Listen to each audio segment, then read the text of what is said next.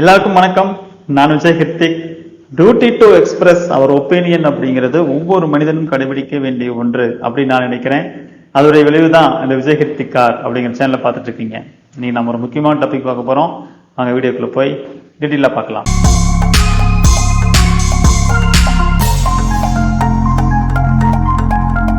இப்போ சமீபமாக பார்த்தீங்க அப்படின்னா மைவித்திரியினுடைய பிரச்சனைகள்லாம் போயிட்டு இருக்கு அப்படின்னு நமக்கு எல்லாருக்குமே தெரியும். மைவித்திரியை க்ளோஸ்டா வாட்ச் பண்ணிட்டு இருக்கிற ஒவ்வொருத்தருக்குமே தெரியும். ஸோ அதுல பாத்தீங்கன்னா நமக்கு சில தினங்களுக்கு முன்னாடி நம்ம கிட்ட ரொம்ப நேரம் கால் பண்ணி ஆர்குமெண்ட் பண்ண ஒரு நபர், நான் பேர் கேட்கும்போது அவருடைய பேரை முரளி அப்படின்னு சொல்லியிருந்தாரு.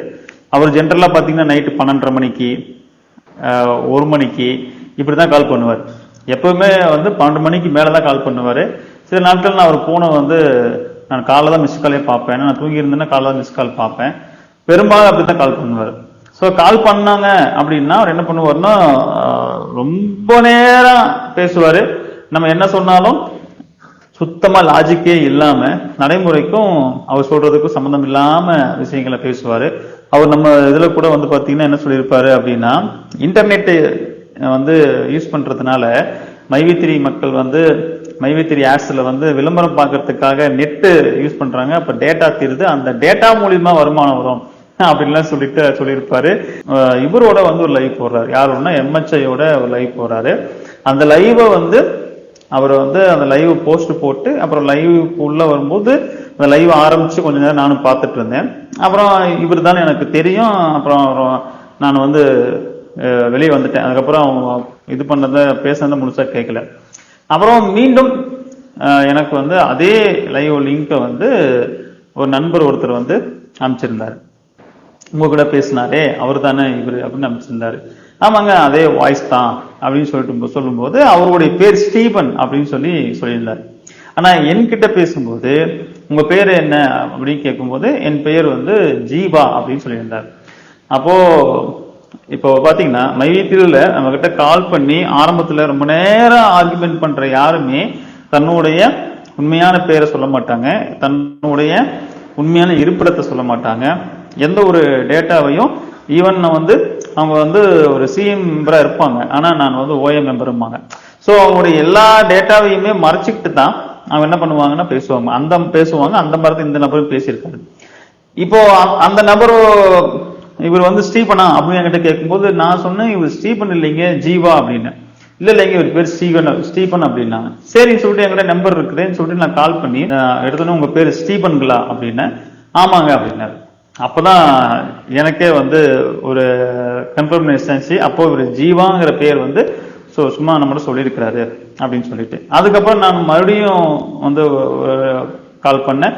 அப்புறம் நான் வெளியே இருக்கிறேன் அப்படின்னு சொன்னாரு. அதுக்கப்புறம் மறுபடியும் அவரே கூப்பிட்டு எடுத்த உடனே முதல் வார்த்தை என்ன பேசியிருப்பாரு அப்படின்னா, நான் உங்களை பத்திலாம் தப்பா பேசியிருப்பேன், நான் கடுமையா பேசியிருப்பேன், நைட் 12 மணிக்கு மேலாம் 12:30 வாக்குலாம் கால் பண்ணி உங்ககிட்ட நான் பேசியிருக்கேன், நீங்க அதெல்லாம் பெருசா எடுத்துக்காதீங்க, அது உங்க மனதை புண்படுத்தியிருந்தா எனக்கு நான் உங்களிடம் மன்னிப்பு கேட்டுக்கிறேன், சாரி அப்படின்னு சொல்லியிருப்பாரு. அந்த வாய்ஸ் ஓவர் வீடியோவை தான் நான் மனமும் மன்னிப்பு கேட்டு அப்ளை அப்படின்னு சொல்லிட்டு அந்த வீடியோ போட்டிருப்பேன். அந்த நீங்களாம் பார்த்துருப்பீங்க. அதுக்கு முன்னாடி நமக்கு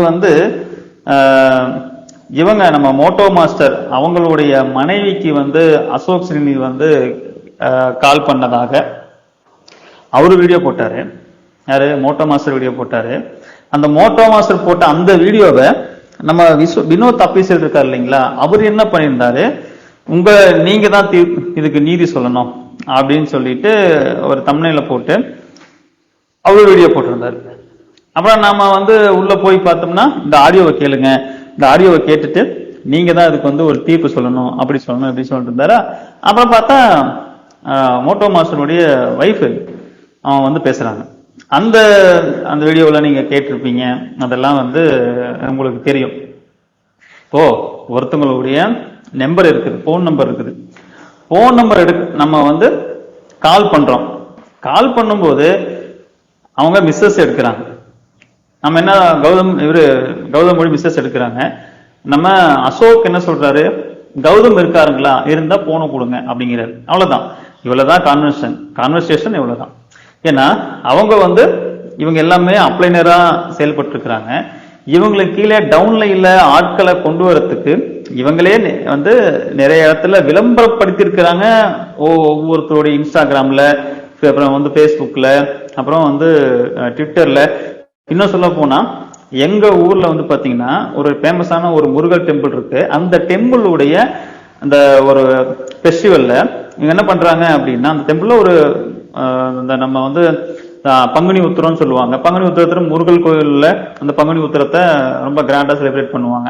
இப்ப எங்க பக்கத்துல இருக்கிற எங்க ஏரியால இருந்து கொஞ்சம் தூரம் தள்ளி இருக்கிற ஒரு முருகர் கோயில், ஃபேமஸான முருகர் கோயில்.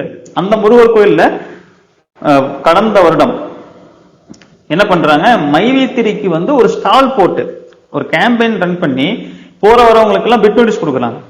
ஒரு பிசினஸ் வாய்ப்பு இருக்கு, விளம்பரம் பார்த்தா பாசு அப்படின்னு சொல்லிட்டு என்ன பண்றாங்க, அவங்க விளம்பரம் அந்த எல்லாருக்கும் விளம்பரப்படுத்துறாங்க நோட்டீஸை கொடுத்து.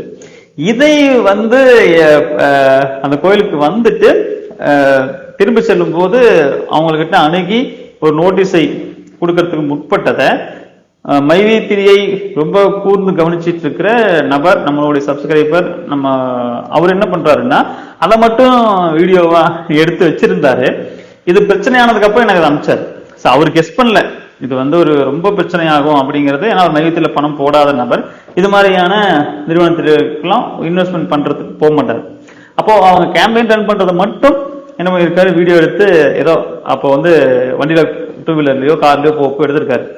அப்போ சிறிது காலம் கழித்து இது பிரச்சனையை சந்திக்குது. இப்ப பெரிய ப்ராப்ளம் ஆகுது. உங்க எலெக்ஷன் கேஒய்சின்னு சொல்லி பணத்தை நிறுத்துறாங்க. அப்படியே அடுத்தடுத்து போகும்போது அவர் அந்த வீடியோ எடுத்து வச்சிருந்ததை தேடி பிடிச்சி இந்த மாதிரி ஒரு இது நடந்திருக்கு அப்படின்னு சொல்லிட்டு அந்த கோயில்ல என்ன பண்ணாங்க, அந்த கோயில் நடந்தது என்ன கேம்பெயின் ரன் பண்றாங்க அப்படின்னு வீடியோ நமக்கு அனுப்புறாரு. சோ இது மாதிரி இவங்களுக்கே தெரியாம இவங்களுக்கு எல்லா இடத்துலையும் தன்னுடைய டேட்டாவை என்ன பண்றாங்க, வெளியே கொடுத்துட்டு இருக்கிறாங்க. அப்புறம் இன்னொரு விஷயம் என்னன்னா, உங்களுடைய டவுன்லைனர் கீழே உள்ள டவுன்லைனர்.